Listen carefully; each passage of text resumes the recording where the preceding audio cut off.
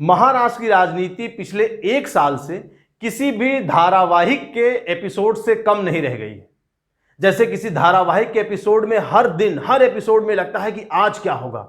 अरे आज तो तुलसी वीरानी ने मिहिर वीरानी की कार से किसी तीसरी औरत को उतरते हुए देख लिया है, अब मिहिर वीरानी का क्या होगा, अब तुलसी वीरानी क्या करेगी, अब वो औरत के बारे में तुलसी वीरानी कैसे जानकारी हासिल करेगी। अब बिल्कुल उसी तरह इस प्रदेश की राजनीति रह गई है।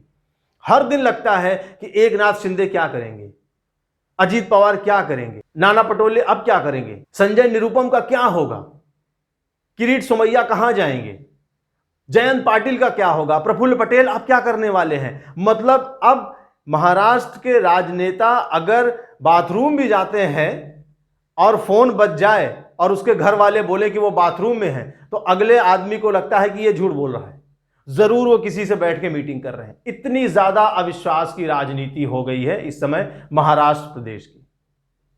अजीत पवार जो पिछले 4-5 महीनों से रोज नए नए करवट बदल रहे थे, आखिरकार उन्होंने एक फाइनल करवट बदल ली और पूरी की पूरी एनसीपी पर कब्जा कर लिया।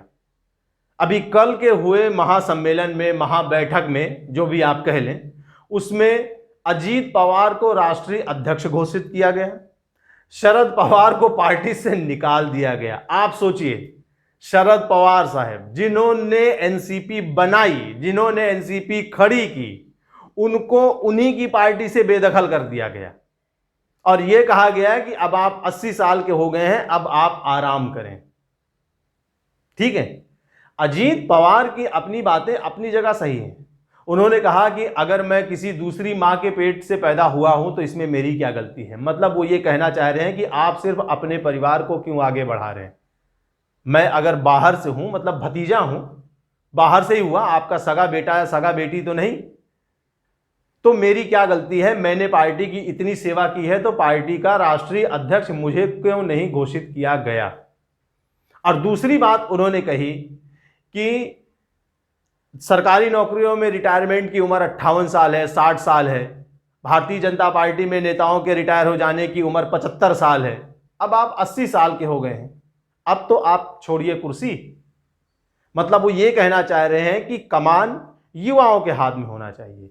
तो एक तो कमान युवाओं के हाथ में होना चाहिए और दूसरा कौन से युवा, वो युवा जो आपके परिवार के नहीं है, आपका बेटा या बेटी नहीं है, जिन्होंने इस पार्टी के लिए मेहनत किया है और जिन पर पार्टी के बाकी सारे नेताओं का विश्वास है।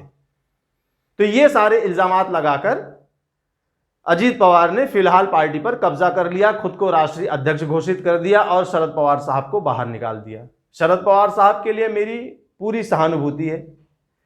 मेरा यह मानना है कि इस उम्र में शरद पवार साहब के साथ फिलहाल ऐसा नहीं होना चाहिए था। शरद पवार साहब को भी थोड़ा सा अपनी बुद्धि लगाकर, थोड़ा दिमाग लगाकर ये सोचना चाहिए था।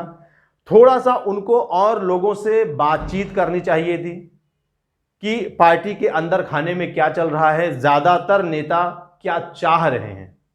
ऐसा कैसे हो सकता है कि अजीत पवार के साथ इतने सारे नेता चले जाएं, इतने सारे नेताओं का मन अजीत पवार के साथ में है और ये बात शरद पवार साहब को पता नहीं चल पाई। तो इसमें कहीं ना कहीं चूक तो रह ही गई। अब विपक्ष भारतीय जनता पार्टी के ऊपर आरोप लगा रहा है, एक से एक मीम्स जोक्स बना रहा है। वो कह रहा है कि सारे भ्रष्टाचारियों को मोदी अपनी पार्टी में शामिल करा रहे हैं।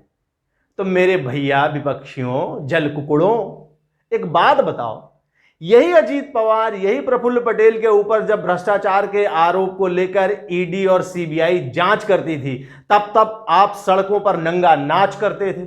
तब तो आप कहते थे कि सीबीआई और ईडी मोदी के पिंजरे का तोता है, मोदी सीबीआई और ईडी के दम पर सरकार बना रहे हैं। तब आप सीबीआई और ईडी की जांच को गलत ठहराते थे, अजीत पवार को सही कहते थे, प्रफुल्ल पटेल को सही कहते थे। आज जब प्रफुल्ल पटेल, अजीत पवार ये भारतीय जनता पार्टी के समर्थन में चले गए, तब आप कह रहे हैं कि अजीत पवार, प्रफुल्ल पटेल ये तो भ्रष्टाचारी हैं। तो मेरे हिसाब से तो माननीय सुप्रीम कोर्ट को इनकी बातों का संज्ञान लेना चाहिए और इन लोगों को कटघरे में खड़ा करना चाहिए कि अगर आज आप अजीत पवार और प्रफुल्ल पटेल के लिए बोल रहे हैं कि वो भ्रष्टाचारी हैं, तो कुछ दिन पहले आप उनके समर्थन में सड़क पर नंगा नाच क्यों कर रहे थे? क्यों आप तांडव मचा रहे थे? और माननीय सुप्रीम कोर्ट इसको स्वतः संज्ञान ले या ना ले, जनता इसको स्वतः संज्ञान ले रही है। जनता देख रही है कि किस तरीके से ये विपक्षी नेता अपना हित साधने के लिए सड़कों पर नंगा नाच करते हैं, किस तरह से ये जनता से झूठ बोलते हैं।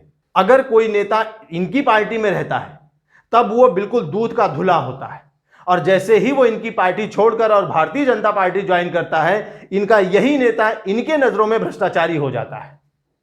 तो ऐसा क्यों होता है ये जनता देख रही है, और आने वाले चुनाव में जनता इस बात का जवाब भी देगी। चुनाव बहुत ज्यादा दूर नहीं है, बस नवंबर दिसंबर में बीएमसी का चुनाव है और उसके अगले साल महाराष्ट्र में विधानसभा का चुनाव है। दोनों चुनावों में जनता आपको जवाब देगी। और जो लोग ये कह रहे हैं कि भारतीय जनता पार्टी ने एनसीपी को तोड़ा है, तो भाई भारतीय जनता पार्टी एनसीपी को क्यों तोड़ेगी और कैसे तोड़ेगी? तब तक कोई नहीं टूट सकता जब तक वहां कोई कमजोर कड़ी ना हो। आप अपने घर को नहीं सुरक्षित कर पा रहे हैं, आप अपने नेताओं को सुरक्षित नहीं कर पा रहे हैं, आप अपने नेताओं के प्रति विश्वास नहीं पैदा कर पा रहे हैं, और आप इल्जाम लगा रहे हैं भारतीय जनता पार्टी के ऊपर। यह राजनीति है। मोदी और अमित शाह को राजनीति करना मत सिखाओ, वो राजनीति के एनसाइक्लोपीडिया हैं।